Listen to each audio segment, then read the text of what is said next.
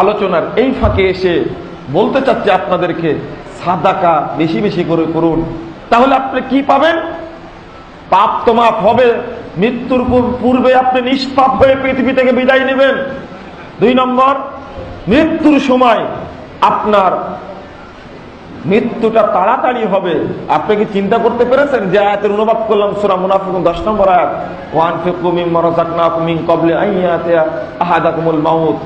মৃত্যু আসার পূর্বে দানটা করতে হবে। মৃত্যু এসে গেলে কণ্ঠনালীতে চলে এসেছে, তখন দান করে লাভ হবে না।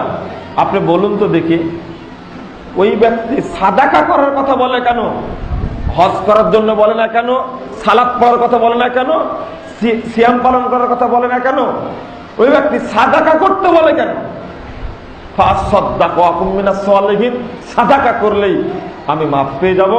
প্রথমত সালাত পড়তে সময় লাগে, হজ করতে মক্কায় যাওয়া লাগে, সিয়াম পালন করতে সময় লাগে, কিন্তু সাদাকার কথা বলতে সময় লাগে না।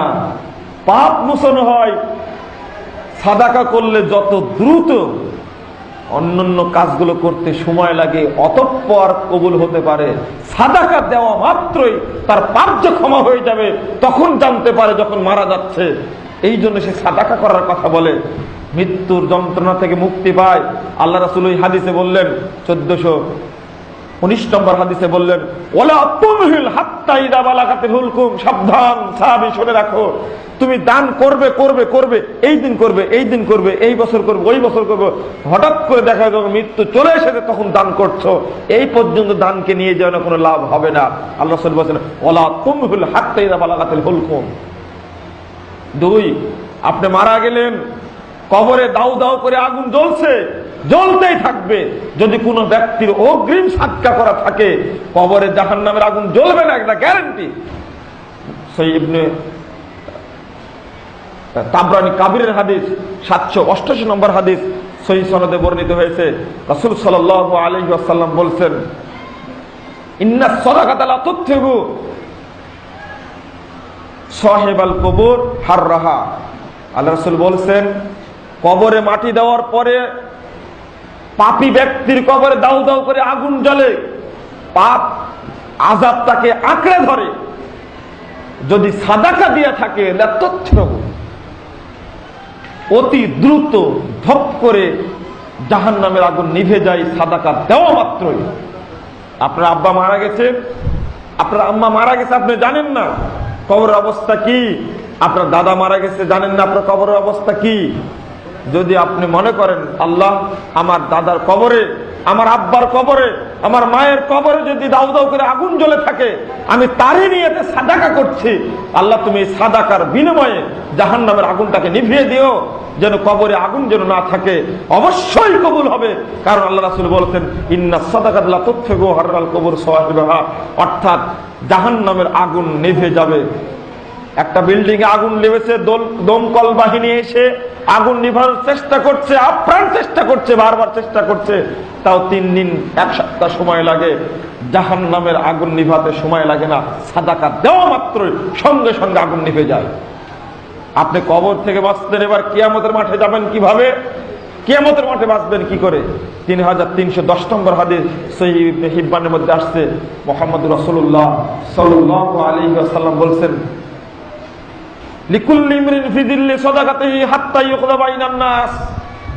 যে যা সাদাকা করেছে, কাল কিয়ামতের মাঠে ওই ব্যক্তি সাদাকার ছায়ার নিচে অবস্থান করবে, হাত্তা ইউকদা বাইনান নাস, যতক্ষণ মানুষের মাঝে ফয়সালা না হবে। অর্থাৎ সূর্য থাকবে মাথার উপর, বাঁচার কোনো উপায় থাকবে না। এমত অবস্থায় আপনি এবং আমি বাঁচবো কি করে? যদি সাদাকা দেওয়া থাকে আমার আপনার, তাহলে ওই সাদাকার ছায়া নিচে আমি অবস্থান করব কতক্ষণ? 50,000 বছর সময় পর্যন্ত আমি সাদাকার ছায়া নিচে অবস্থান করব। বাঁচার পথ তো আল্লাহ দিলেন, কিন্তু আমি পথ তো বের করি না, আমি পথ বের করতে চাই না। মুহাম্মদুর রাসূলুল্লাহ সাল্লাল্লাহু আলাইহি ওয়াসাল্লাম বলেছেন, এবার আপনি কাঠগড়ায় উপস্থিত, হিসাব নিচ্ছেন মহান রব্বুল আলামিন, চিন্তাই করা যায় না। সহিহ বুখারীর হাদিস 1413 নম্বর হাদিস, আল্লাহ রাসূল বলছেন ইয়ারা ইলা ইয়ামিনিহি ইয়ানজুরু ইলা ইয়ামিনিহি লা ইয়ারা ইল্লা জাহান্নাম। ওই ব্যক্তি কাঠগড়ায় দাঁড়িয়ে ডান দিকে দেখবে তো দাউ দাউ করে জাহান্নাম জ্বলছে। ওয়া ইয়ানজুরু ইলা শিমালিহি লা ইয়ারা ইল্লা জাহান্নাম। বাম দিকে তাকিয়ে দেখবে ওই ব্যক্তি জাহান্নাম ছাড়া কিছু দেখবে না। ওয়া বাইনাহু ওয়াবাইনা ইয়াদাইহি রব্বুল আলামিন লাইসা বাইনাহু ওয়া বাইনাহু তারজামান। আর সামনে থাকবেন মহান রব্বুল আলামিন, তার মাঝে আর আল্লাহর মাঝে কোনো দোভাষী থাকবে না। এমন অবস্থায় এইটুকু বলেই আল্লাহ রাসূল বলছেন ওয়াত্তাকুন নারা ওয়ালাউ বিশিক্কি তামরাতিন। আল্লাহ রাসূল বললেন সাবধান সাহাবীরা, এই দাউ দাউ করে প্রজ্বলিত আগুন জাহান্নাম থেকে তোমরা বাঁচার চেষ্টা করো। যদিও খেজুরের এক টুকরা আল্লাহ রাস্তায় দান করে হয়, তবুও তোমরা জাহান্নাম থেকে মুক্তির ব্যবস্থা করো। আপনি কাঠগড়ায় বেঁচে যাবেন। এরপরে বলছেন যদি সাদাকা দেওয়ার কিছু না থাকে, আউবি কালিমাতিন তাইয়্যিবা, একটি সুন্দর কথা সাদাকা করো আল্লাহর কাছে। এই সাদাকা থাকলে তুমি জাহান্নাম থেকে মুক্তি পেয়ে যাবে। আপনি এখানে দাঁড়িয়েছিলেন, বললেন আমি সাইদুর ভাইয়ের ইফতারের কাছে যাব, কোথায় বলুন তো? আপনি দাঁড়িয়ে বললেন যে এই বাড়িটা, আপনি এখানে যান। এটা হলো কালিমা তাইয়্যিবা বিকালিমাতিন তাইয়্যিবা, একটি সাদাকা হয়ে গেল কথাটা। আপনি মিরপুরে দাঁড়িয়েছিলেন, একজন অপরিচিত মানুষের জিজ্ঞেস করলো আমি তো 10 নম্বরে যাব, বলুন তো রাস্তা কোনটা? আপনি সঠিক রাস্তাটা দেখিয়ে দিলেন। আপনার দান করার কোনো টাকা নেই, কোনো সম্পদ নেই, কোনো পয়সা নেই, আপনি মানুষকে কথার দ্বারা সাদকা করুন। আপনি কি হজে গিয়ে দেখেছেন? দেখবেন অনেক ব্যক্তি দাঁড়িয়ে আছে, একটা টিস্যু বিতরণ করছে, দাঁড়িয়ে দাঁড়িয়ে টিস্যু বিতরণ করছে। তওয়াফ করার সময় তীব্র গরমে ঘেমে আপনি অস্থির, আপনি চলতে পারছেন না, আপনাকে টিস্যু দিচ্ছে। আবার কেউ দেখবেন স্প্রে করার জন্য ঠান্ডা পানি নিয়ে দাঁড়িয়ে আছে, আপনাকে পানি ছিটিয়ে দিচ্ছে। এরা বুঝে সাদাকা, ওই লোকের অর্থ নেই, কিন্তু ঠান্ডা পানি নিয়ে এসে হাজিদের উপরে মারছে, ঠান্ডা পানি পেয়ে হাজিরা তৃপ্তি অনুভব করছে। সৌদি আরবের মানুষ বুঝে কি দানটা কি জিনিস, আমরা বুঝি না। অলাও বিশিক্কি তামরাতিন, খেজুরের একটা টুকরা, একটা খেজুর না, একটা খেজুরকে কয়েক টুকরা করলে টুকরা হয়। একজন রিকশাওয়ালা মনে করছে আমি তো দান করতে পারি না, আমি কি করব? ওই রিকশাওয়ালা যদি 1 টাকা দান করে, মাত্র 1 টাকা দান করে, তবুও কাল কিয়ামতের মাঠে তার জন্য এই সাদাকাটা কেমন হবে হাদিসে আসছে। আপনাকে কোনটা শোনাবো? 1300, 1400, 10 নম্বর হাদিস সহিহ বুখারীতে আসছে। আল্লাহ রাসূল বলছেন মান তাসাদদাকা বিআদলি তামরাতিন মিন কাসবিন তাইয়্যিবিন লিআন্নাল্লাহা লা ইয়াকবালু ইল্লা তাইয়্যিবা। আল্লাহ রাসূল বলছেন কেউ যদি খেজুরের একটি টুকরা আল্লাহকে দান করে, একটি টুকরা পবিত্র রুজি থেকে, হালাল পয়সা থেকে, হারাম পয়সা না। আমি এতক্ষণ যা বলেছি, আমি যাকাতের কথা বলিনি। যাকাত দিতে আপনার বাধ্য, ফাঁকি দিতে পারবেন না। আমি বলছি নফল সাদাকার কথা, যাকাত তো আপনি দিতে বাধ্য। আর আপনি বলছি সাদাকার কথা, নফল সাদাকার কথা।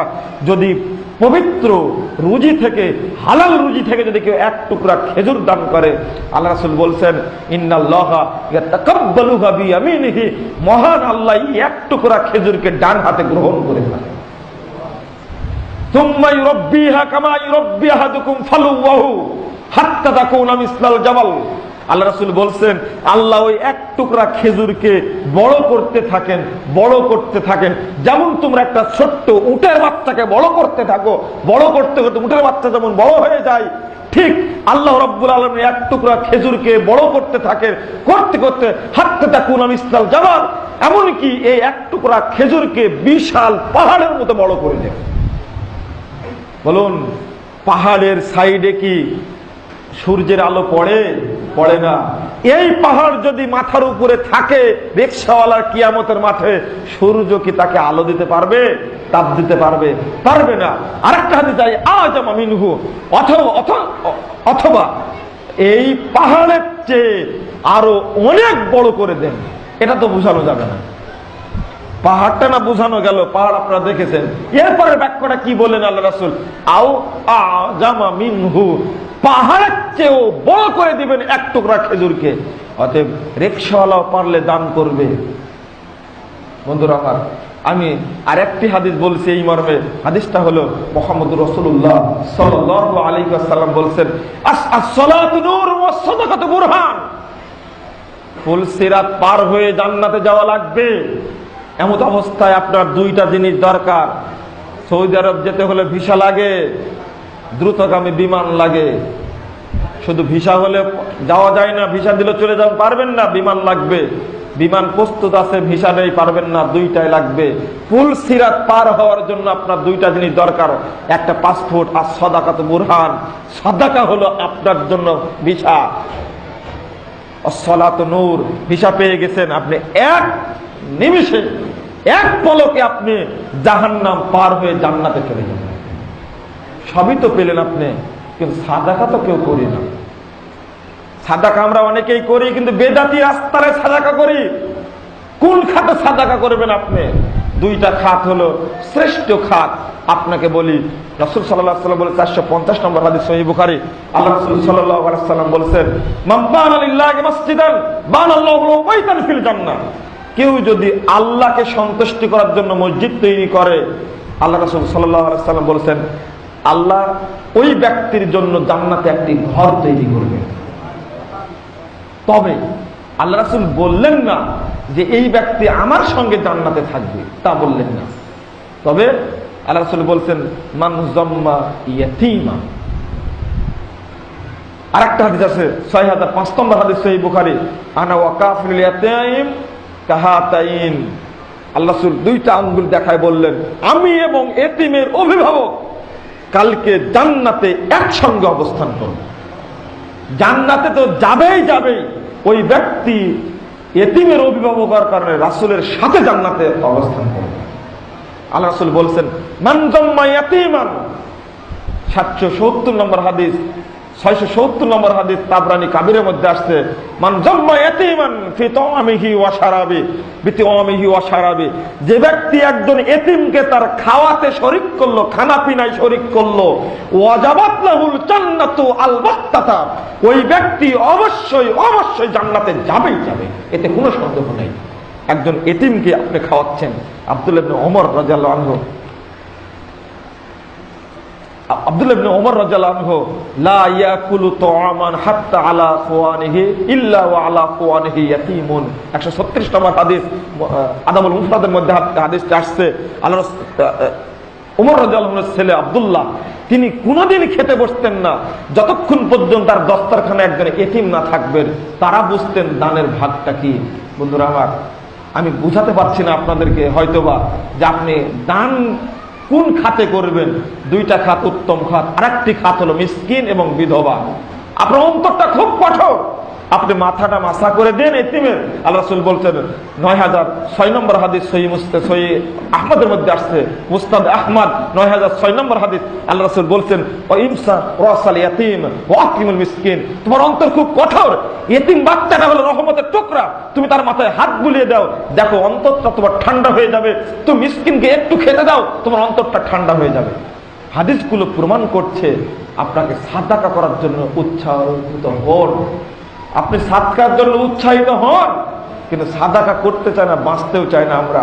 বন্ধুরা আমার, আমি আলোচনার শেষ পর্যায়ে এসে বলতে চাই যে পাপ মোচনের জন্য, কবরের আযাব থেকে বাঁচার জন্য, কিয়ামতের মাঠে সূর্যের তাপ থেকে বাঁচার জন্য, আল্লাহর কাঠগড়া থেকে বাঁচার জন্য এবং জাহান্নাম থেকে বাঁচার জন্য আপনি বেশি বেশি করে সাদকা করতে থাকুন।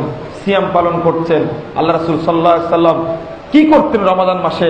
এই রমাদান মাসে শেদ হাসিচ্ছা বলেই আমি প্রস্তুত করে চলে যাব।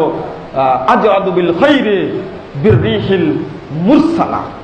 আল্লাহ রাসূল বলছেন, সহিহ বুখারীর 5 নম্বর হাদিস, আল্লাহ রাসূল সাদাকা করতে করতে জিবরিল আমিনকে দেখাতেন যে দেখো আমরা মানুষ, তোমরা ফেরেশতা, আমরা কত দান করতে পারি। বিররিহিল ফিররিহিল মুরসালা, দান করতে করতে করতে করতে করতে ঝড়ের বেগে দান করতেন। রমজান মাসে কিছুই রাখতেন না, একবার নিঃস্ব হয়ে যেতেন মুহাম্মদ রাসূলুল্লাহ সাল্লাল্লাহু আলাইহি ওয়াসাল্লাম। কিন্তু রমজান মাস চলছে, আমরা দান করি না। আমি অনুরোধ